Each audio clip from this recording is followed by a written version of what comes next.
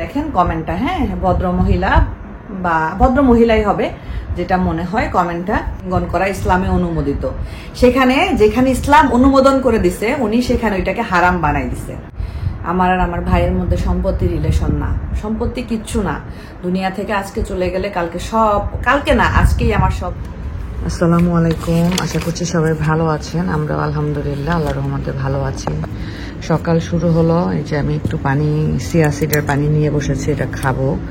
আমি খালি পেটে খাওয়ার চেষ্টা করি আর কি। আর তোষানের অলরেডি স্কুল ক্লোজ হয়ে গেছে, যেহেতু ফাইনাল এক্সাম, সেটার প্রিপারেশনের জন্য আমি ওকে সাথে নিয়ে বসে পড়েছি। তাবিব মাত্র ঘুম থেকে উঠলো। আসসালামু আলাইকুম তাবিব। ওয়ালাইকুম আসসালাম বলো মা। ওয়ালাইকুম আসসালাম। মুখ ধুয়ে ফেলেছো? আরে এই যে তোষান চোখটা ধুয়ে ফেলেছে। চোখটা আরেকটু ভালো করে দাও, চোখটা ক্লিন হয়নি মা, ভালো করে দাও। তো তোষানকে অ্যারাবিক নিয়ে বসেছি, যে সাবজেক্টটা পড়াতে গেলে আমার নিজেরই কেমন জানি একটু লাগে, কারণ আমি খুব একটা পারি না, যেহেতু এটা ল্যাঙ্গুয়েজ। পারি টুকটাক একটু রিভিশন দেওয়াই, বাকিগুলা তো ইনশাল্লাহ ও নিজেও পারে, আমিও ইনশাল্লাহ ভালোভাবে রিভিশন দেওয়াইতে পারবো। তো এই যে সকাল থেকে তোষানকে পড়াচ্ছি, মাঝখানে ব্রেকফাস্ট শেষ করলাম। আর এই যে আমি অ্যারাবিক যেহেতু গুগল করে করে ও মানে ট্রান্সলেট করে করে পড়ানোর চেষ্টা করতেছি। এই যে এটা একটা করাইছে ট্রান্সলেট করে করে, আর এটা একটা এই যে আমি ট্রান্সলেট করে অ্যারাবিকেরটা এই যে ইংলিশে লিখে রাখছি। এই যে প্রত্যেকটা নিচে ইংলিশে লিখে এখন এটাকে করাইতে হবে। এটা হলো পাস্ট টেন্স, এটাকে এই যে এখানে এটা হলো কাসরহ না, কাসর হলো মানে ব্রোকের past tense, past break, present tense break. এখন কাসার ব্রেকটা লিখতে হবে আর কি, এগুলো এখন গুগল করে করে বের করতে হবে। তো তোষানকে অনেকক্ষণ ধরে পড়ানো শেষ করে ভাবলাম যে রান্নার প্রস্তুতি নেই। তো আজকে ভাবছি যে একটু পটল ভাজি করব। আমার খুব পছন্দের একটা ভাজি পটল ভাজি, এইটা আমার আম্মুও খুবই পছন্দ করতো। তো গতকালকে এক আপু বলেছেন যে আপু তোমার এই বাসাটাতেই তুমি থাকো, খালাম্মার অনেক স্মৃতি আছে, তুমি কেন বলতেছো যে খালাম্মার স্মৃতি আছে বলে তোমার কষ্ট লাগে, তাহলে তুমি তোমাদের বাড়িতেও তো খালাম্মার স্মৃতি আছে, সেটাও কি সেল করে দিবা বা সেটাতেও কি থাকবা না? আসলে ওরকম কিছু না, মানে আমার না খারাপ লাগে অনেক। আমার মানে কি বলবো, আমি যে রান্না যখন করি আম্মু এসে আমার পাশে বসে থাকতো, ওই জিনিসগুলো মিস করি। তারপরে আম্মু একটা রুমে থাকতো, ওই রুমটাতে ঢুকলে আমার কেমন জানি দম বন্ধ লাগে, মানে আমি বুঝাইতে পারবো না আপনাদেরকে। আর আমাদের বাড়ির কথা বলতেছেন, আমাদের বাড়িতে গিয়েও আমার এবার মানে এত অন্যরকম লাগতেছিল, আমি সেটা আপনাদেরকে আসলে বলে বুঝাইতে পারবো না। মানে সব জায়গায় মায়ের স্মৃতি, কিন্তু মাই নাই। এটার কষ্ট বা এটার যন্ত্রণা যে হারাইছে সে ছাড়া আসলে দুনিয়ার কেউ উপলব্ধি করতে পারবে না, 1% উপলব্ধি কেউ করতে পারবে না। তো আমি জানি না আমি ঠিক মতো বুঝাইতে পারছি কিনা, আমি বলতে পারবো না। তো দুপুরবেলা খাওয়া দাওয়া শেষ করে একটু রেস্ট করলাম, রেস্ট করে একটু বাইরে বের হচ্ছি, বাজার করতে যাব। তো যেহেতু আলহামদুলিল্লাহ মোটামুটি এখন ভালোই ড্রাইভিংটা শিখে ফেলেছি, তো টুকটাক কোথাও গেলে টেলে নিজেই ড্রাইভ করার চেষ্টা করি। আর এতে করে কি হয়, নিজের কনফিডেন্স লেভেলটা বাড়ে। প্রথমে যখন স্টিয়ারিংয়ে হাতটা দেই তখন মনে হয় যে আল্লাহ ঠিকঠাক মতো পৌঁছাতে পারবো কিনা। পরে যখন আলহামদুলিল্লাহ শুরু করে দেই তখন আল্লাহর রহমতে সমস্যা হয় না। তো আল্লাহর অশেষ রহমত, আলহামদুলিল্লাহ এখন পারি। তো আম্মু যদি দেখে যেতে পারতো অনেক ভালো লাগতো। তো সব কিছু তো সব চাইলেই হয় না, এটাই হলো বড় কথা।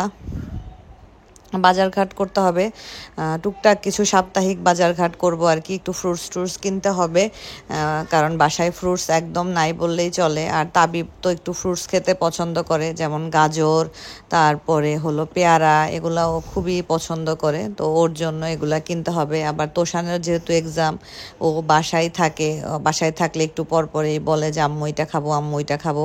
তো ওগুলাও দেখা যায় যে টুকটাক শেষ হয়ে গেছে, তেমন একটা নাই। আর ইদানিং খুব একটা বাহিরে বের হওয়া হয় না, শুধুমাত্র নিজের কাজ ছাড়া।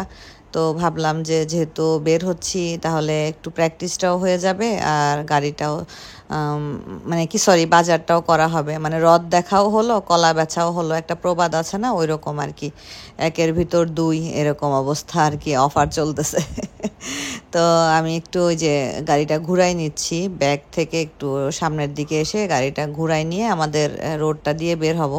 আমাদের বাসার যে গলিটা এটার দুই সাইডে গাড়ি থাকে, তো মানে 2 লেনের একটা রাস্তা, বাট অনেকটা কনজাস্টেড হয়ে গেছে।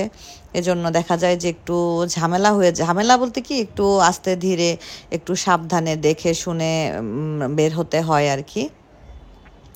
তো যাই হোক, কথা বলতে বলতে আমি তো চলে এসেছি। আমি একটু ফুলকপি নিব, একটু বাঁধাকপি নিব, কারণ ফুলকপিটা আমার দরকার, একটা সবজি রান্না করব সেটার জন্য ফুলকপিটা দরকার। তো এই যে একটু বাঁধাকপিও নিয়ে নিলাম। আর তারপরে হলো একটু এখান থেকে ফ্রুটস নিয়ে নিব, কারণ এখানকার ফ্রুটসগুলা খুবই ভালো, খুবই ভালো। আমার মনে হয় যে একদম ফ্রেশ ফ্রুটসগুলা পাই আমি এখানে ফ্রেশ গ্রোসারে। তো ওইখান থেকে নেয়া শেষ করে এখন হলো একটু ইদামানের ওইদিকে যাব। ওইখান থেকে টুকটাক একটু কাজ আছে, ওগুলা শেষ করব। আসলে আমাদের এই এলাকাটাতে অনেক বছর ধরে আছি, তো আসার পর থেকেই তো এলাকায় থাকি, এই এলাকার রাস্তাগুলো মোটামুটি চেনা। এখানে আর গুগল ম্যাপ ট্যাপের প্রয়োজন হয় না। আমার মনে হয় যে এই এলাকা থেকে বাইরে বের হলে আমি মানে খালি রাস্তা ভুল করব, আমার কাছে এটাই মনে হয়। গুগল ম্যাপ ছাড়া তো আসলে কোনো উপায় নেই। আর গুগল ম্যাপ চিনে রাস্তা চেনাটাও আসলে অনেক ডিফিকাল্ট, এটা আস্তে আস্তে প্র্যাকটিস করতে করতে ঠিক হবে আর কি। তো এখন আলহামদুলিল্লাহ পার্কিংটা শেখার চেষ্টা করতেছি, এবং আল্লাহর রহমতে পার্কিংটাও মোটামুটি হাতের মধ্যে চলে আসছে। আর একটু প্র্যাকটিস করলে পার্কিংটাও ঠিকঠাক মতো ইনশাল্লাহ হয়ে যাবে আর কি। তো এই যে সন্ধ্যা হওয়ার মতো হয়ে গেছে, সন্ধ্যা হয়ে যাবে একটু পরেই, সন্ধ্যার আগে ইনশাল্লাহ বাসায় পৌঁছে যেতে পারবো আশা করি। আসলে মানে কি বলবো, আমার যেটা মনে হয় যে প্রত্যেকটা মানুষেরই টুকটাক কিছু এক্সট্রা স্কিল থাকার দরকার, থাকলে ভালো। এতে করে আপনার সুবিধা হয়। যেমন আমার এই জিনিসটা আমি শিখবো করব এই ওই করতে করতে অনেক টাইম আমি নষ্ট করে ফেলেছি। আরও আগে করলে আরও ভালো হতো, সবচাইতে ভালো হতো। আমার আম্মু যখন আসছিল গত বছর, তো তখন আমি আম্মুকে নিয়ে অনেক ঘুরতে পারতাম। এই দেখো কে কোলে উঠছে, দেখো তবে কে কোলে উঠছে, দেখছিলাম তো কে কোলে উঠছে। আর এই যে এত বড় ছেলে, কত বড় ঠেঙ্গু লম্বা, এটা কোলে উঠছে। হ্যাঁ রে তুষান, মাকে হচ্ছে হাক করতে আসছিলাম, ওটা পরে আমাকে কোলে নিয়ে ফেলছে। হাক করো দেখি। না, তোমাদের জন্য ফুড নিয়ে আসা হয়েছে, ফুড। তুষানকে আর একটু পড়াইলাম বাজারঘাট করে এসে।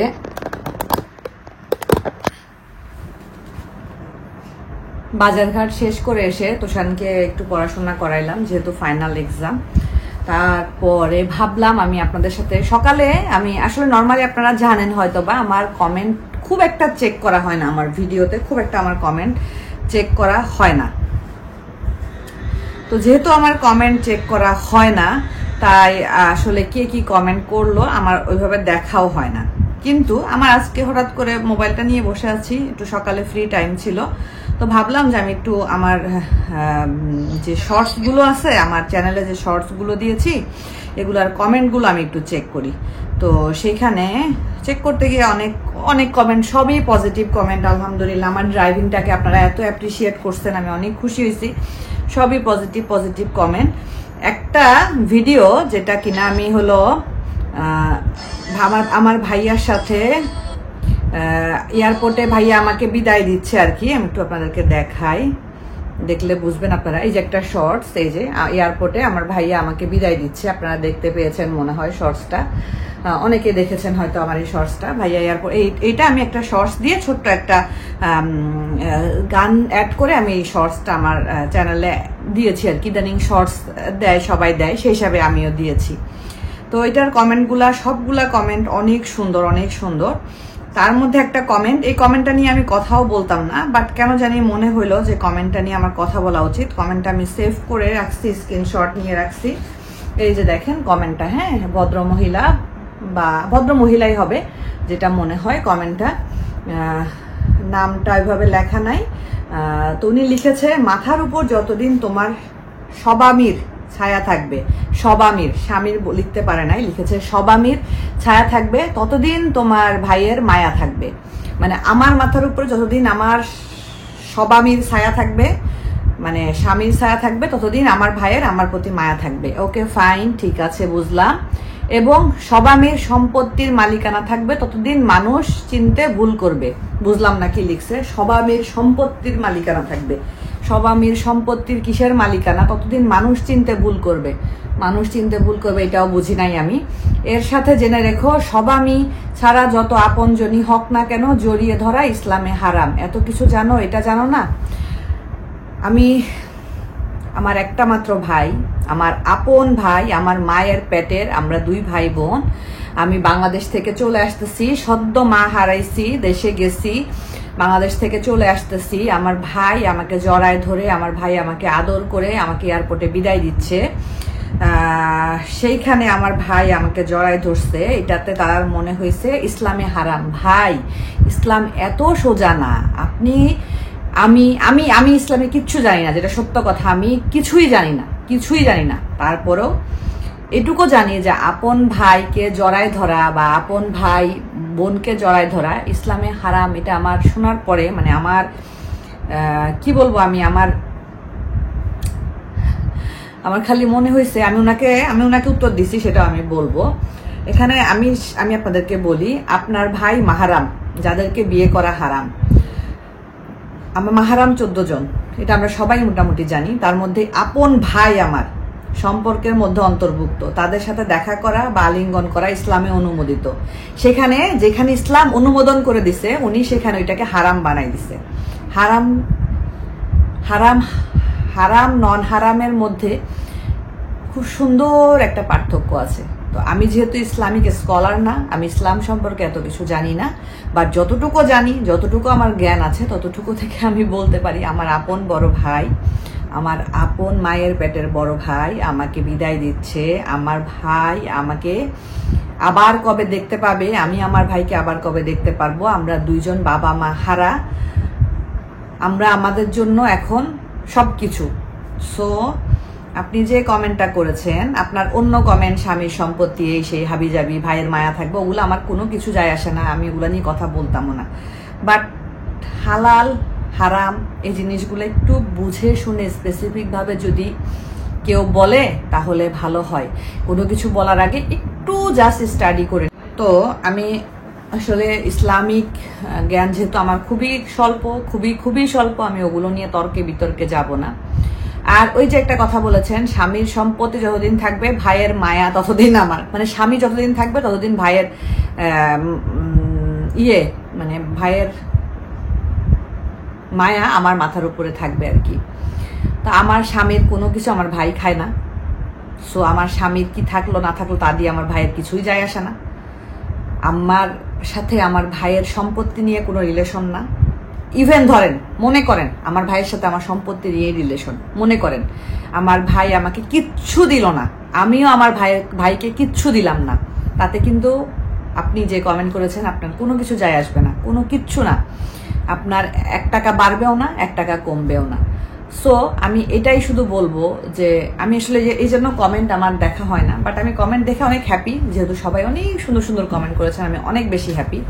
কিন্তু এই কমেন্টটা নিয়েও আমার কথা বলার সত্যি কথা বিন্দু মাত্র ইচ্ছা ছিল না, কিন্তু যিনি কমেন্টটা করেছেন আমার মনে হয়েছে যে বলা উচিত যে আমি আমার আপন ভাই, যার 10টা বছরের ছোট আমি বয়সে, আমি আমার ভাইয়ের কাছে ছোটবেলা থেকে এত আদরে বড় হয়েছি, এত আদর করে আমার ভাই আমাকে ছোট থেকে বড় করেছে। হ্যাঁ, আমরা মারামারি করেছি, 2 জন মারামারি করেছি, ঝগড়া করেছি, ঝাঁটি করেছি, তারপরও 2 জনের মধ্যে প্রচুর পরিমাণের ভালোবাসা। এত বড় হয়ে গেছি, আমার এই যে এবার 36 বছর পুরা হবে জুলাইতে, ইনশাল্লাহ আমি 36 হব। আমার অরিজিনাল এজ, সার্টিফিকেট আর একটু কম। তো এত বছর বয়সে মানে ভাইয়ার সাথে আমার বন্ডিংটা বিন্দু পরিমাণ আল্লাহ রহমতে এদিক থেকে সেদিক হয়নি, আলহামদুলিল্লাহ। আমি অনেক রাগ করেই, আমি আমার মানে যখন রাগ হয় তখন দেখা যায় আমি অনেক রাগ করে কথা বলেছি, অনেক সময় অনেকভাবে বলেছি। আমার ভাইয়া কখনো আমার সাথে রাগ করে 2টা উঁচু গলায় কথা বলেনি। সো এই যে সম্পত্তি আপনারা টেনে নিয়ে আসেন, যারা গুটি কয়েক মানুষ আছেন সম্পত্তি টেনে নিয়ে আসেন, ভাই আমার আর আমার ভাইয়ের মধ্যে সম্পত্তি রিলেশন না, সম্পত্তি কিচ্ছু না। দুনিয়া থেকে আজকে চলে গেলে কালকে না আজকেই আমার সব পড়ে থাকবে। আমার আম্মার কবরটা আমি তো আপনাদেরকে দেখাইতে পারি নাই, আমি দেখাই নাই। আমার আম্মা যে মানুষটা, আমি বলবো না যে আমি অনেক হাইফাই ফ্যামিলির মেয়ে, আমরা মধ্যবিত্ত ফ্যামিলির মানুষ, তবে আমার আম্মা খুব টিপটপ একজন মহিলা ছিলেন। আমার আম্মা খুব নিট অ্যান্ড ক্লিন থাকতে পছন্দ করতেন, নিজেকে খুব পরিপাটি রাখতেন। তো সেই মানুষটা যেখানে শুয়ে আছে কিছু বলার নাই আসলে। তো এরকম ভাবে আমাদের সবাইকে যেতে হবে, আমরা সবাই যাব দুনিয়াতে। আমরা অনেক কিছু করি, অনেক কিছু, বাট আল্লাহ যদি আমাদেরকে মাফ না করেন, আমরা আমাদের আমল দিয়ে কয়জন আসলে বেহেস্তে যেতে পারবো জানি না। আল্লাহ মাফ করলে আমরা বেহেস্তে যেতে পারবো, আল্লাহ মাফ করলে আমরা জান্নাতের সুবাস পাবো। তো সেইখানে আপনি জানেন না, শুনেন না, আমার আপন ভাই বোন আমরা, আপনি সেটাকে হারাম বানাই ফেললেন। সো আসলে কথাগুলো এই জন্যই বলা। আর সম্পত্তির কথা যদি বলেন, সেটা একান্তই আমাদের দুই ভাই বোনের ব্যাপার, একান্তই। আমি বলবো না যেখানে আমার ভাবি ঢুকবে, আমি বলবো না যেখানে আমার হাজবেন্ড ঢুকবে, কখনোই ঢুকবে না, এইটুকু গ্যারান্টি আমি দিতে পারি। আমার ভাইয়াও এইটুকু গ্যারান্টি দিতে পারে। এটা সম্পূর্ণই আমাদের দুই ভাই বোনের ব্যাপার। আমার যদি মনে চায় আমি আমার ভাইকে সব দিয়ে দিব, আমার ভাইয়াও যদি মনে করে আমাকে সব দিয়ে দিবে, এটা আমাদের ব্যাপার। যদি মনে চায় দিব না, আমাদের ব্যাপার। ভাইয়াও যদি মনে করে দিবে না, ভাইয়ার ব্যাপার, আমাদের ব্যাপার। সো এটা নিয়ে আসলে আপনারা যখন দুই একজন গুটি কয়েক মানুষ এভাবে কথা বলেন, এটা আসলে শোভনীয় না। কারণ আপনারা কেউ এটা ভোগ করবেন না, বা আপনাদের কারোরই লস হবে না। আমাদের মধ্যে যদি এটা নিয়ে কোনো সমস্যা কখনো হয়, আল্লাহ না করুক। আর এই যে বললাম না হালাল হারাম, এটা আসলে একটু বুঝে শুনে বলা উচিত। এই কারণে আমি আজকে কমেন্টটা নিয়ে কথা বললাম। তো গতকালকে আমার বাসার ভিডিওটাতেও কমেন্ট করেছেন, অনেকে বলেছেন যে আপু আমরা দেখে আমাদের কাছে কেমন লাগছে, ভালো হয়েছে আল্লাহ যা করে। আসলে আমার এক বড় বোন, সে আমাকে এত বড় একটা মেসেজ দিয়ে লিখছে যে নিশি আমি খুব খুশি হয়েছি তুমি বাসাটা নাও নাই, কারণ তুমি যখন ভিডিওতে বাসাটা দেখাচ্ছিলা তখনই আমার কেন জানি ভালো লাগতেছিল না। আল্লাহর অশেষ রহমত, আল্লাহ যা করেছেন ভালো করেছেন। আমার কথায় কষ্ট পেয়ে থাকলে আসলে আমি সরি। ওই আপুকেই বলছি, আপনি যেটা বলেছেন এটা আমার কাছে খুবই খারাপ লেগেছে, যেটা কিনা একটা ভাই বোনের সম্পর্ককে আপনি হারামের পর্যায়ে নিয়ে গেছেন। সো প্লিজ এরপর থেকে কিছু বললে সেটা আগে একটু স্টাডি করে বুঝে শুনে বলবেন। আজকের মতো বিদায় নিচ্ছি, সবাই ভালো থাকবেন, সুস্থ থাকবেন, আল্লাহ হাফেজ।